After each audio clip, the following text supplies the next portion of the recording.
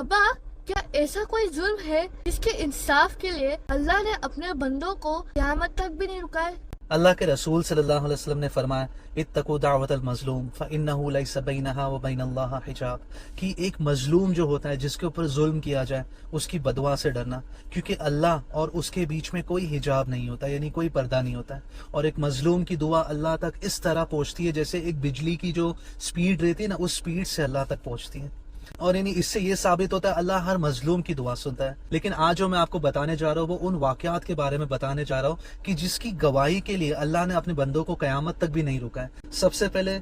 ایک بزرگ تھے بنی اسرائیل میں جن کا نام تھا جریج، اور وہ اللہ کی اتنی عبادت کیا کرتے تھے کہ پورے بنی اسرائیل کے جو لوگ ہیں انہیں عابدین کہتے تھے۔ اور ایک مرتبہ ایسا ہوا کہ ایک بری عورت ان کے پاس آتی ہے بچہ لے کر اور کہتی ہے، یعنی انہیں وہ اس کی بھی ایک بیک سٹوری جو میں آپ کو ڈیٹیل میں بتاؤں گا، بچہ لے کر آتی ہے اور بولتی کہ یہ جریج جو ہے یہ کوئی نیک انسان نہیں ہے، اس نے میرے ساتھ غلط کام کیا اور یہ بچہ اس کا ہے۔ تو سب گاؤں والے جریج کے اوپر جو تھے وہ ناراض ہو گئے کہ تم یہاں پر تو نیک بنے پھرتے ہو اور یہ کیسے تم کام کر رہے ہو۔ تو اللہ سبحانہ تعالیٰ نے اس بچے سے، جو دودھ پیتا بچہ ہے، اس بچے سے گواہی دلوائے کہ یہ جریج میرا باپ نہیں ہے بلکہ وہ بکریاں چرانے والا میرا باپ ہے۔ اور جو دوسرا واقعہ ہے وہ ایک ایسی عورت کا ہے جس کا ہمیں نام بھی نہیں پتا، لیکن وہ اتنی مظلوم تھی کہ سارے گاؤں والے مل کر اسے مار رہے تھے، اسے زانی کہہ رہے تھے، اور وہاں پر یہ ایک عورت تھی اپنے چھوٹے بچے کے ساتھ تھی، اور اللہ سبحانہ تعالیٰ نے اس بچے کے منہ سے اس عورت کی پاک دامنی کی گواہی دلوائے۔ اور ہم یوسف علیہ السلام کا قصہ کس طرح بھول سکتے ہیں؟ یوسف علیہ السلام کے لیے جو بچے نے گواہی دیا تھا کہ اگر ان کی قمیص پیچھے سے پھٹی ہے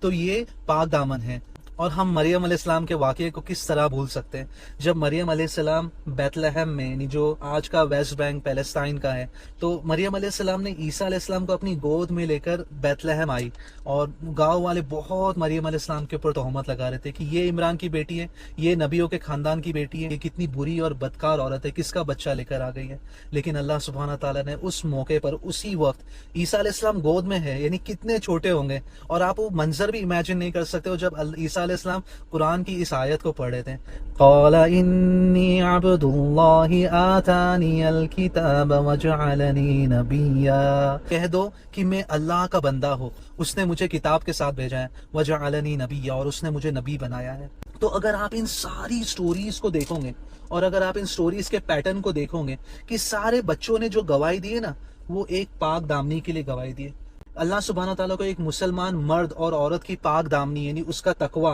پاک دامنی اتنی پسند ہے کہ اللہ سبحانہ تعالیٰ نے اس کی گواہی کے لیے جب اس پر تہمت لگائی گئی، ایک یعنی چھوٹے دودھ پیتے بچے سے بھی اللہ نے اس کی گواہی دلوائی۔ کوئی انسان کے کیریکٹر کے اوپر کبھی نہیں بولنا، کیونکہ وہ ایک ایسا ظلم ہے کہ جس ظلم کے لیے اللہ نے اتنے بڑے بڑے معجزات